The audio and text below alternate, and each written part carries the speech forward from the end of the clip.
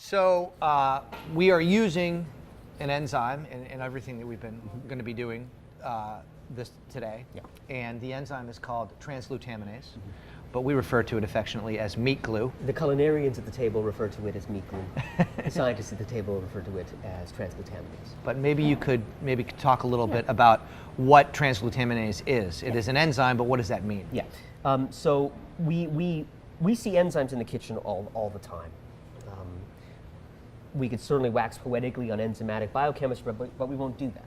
We see enzymes in the kitchen. If you cut a potato, if you cut an apple, it'll brown. That's an enzymatic reaction. I'm not sure, Wylie, if you've made cheese in your kitchen. You've probably made cheese in your day.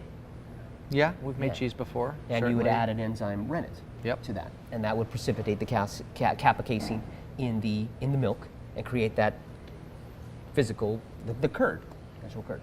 In our case, it's transglutaminase, meat glue. It's an enzyme that is capable of linking two different amino acids, glutamine and lysine. And there is a reaction that this enzyme catalyzes that allows these two to bond together and create a covalent bridge.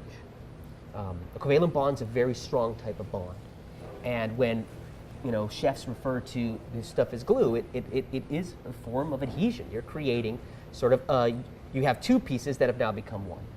And there is a seam or a bond between those. In this case, it's a covalent bond, but it is ultimately glued together or adhered. Enzymes themselves are basically proteins. Proteins are composed of amino acids, long chains of amino acids. We see proteins everywhere in the kitchen.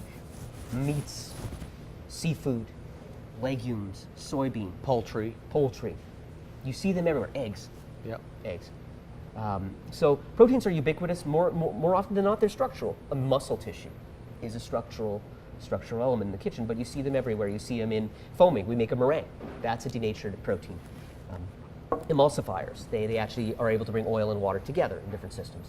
So in this case specifically, we're talking about an enzyme, and what an enzyme does is basically speed up a chemical reaction. It lowers the amount of energy needed for the reaction to occur, and basically creates an environment where that reaction is energetically favorable.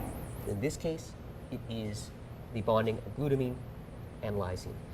Throughout the various demonstrations that we're going to talk about today and carry out, that reaction is happening. These enzymes are sensitive to various environmental conditions: temperature, time, pH, these different environmental conditions. We're going to talk in detail about those conditions when we come to the particular demonstrations.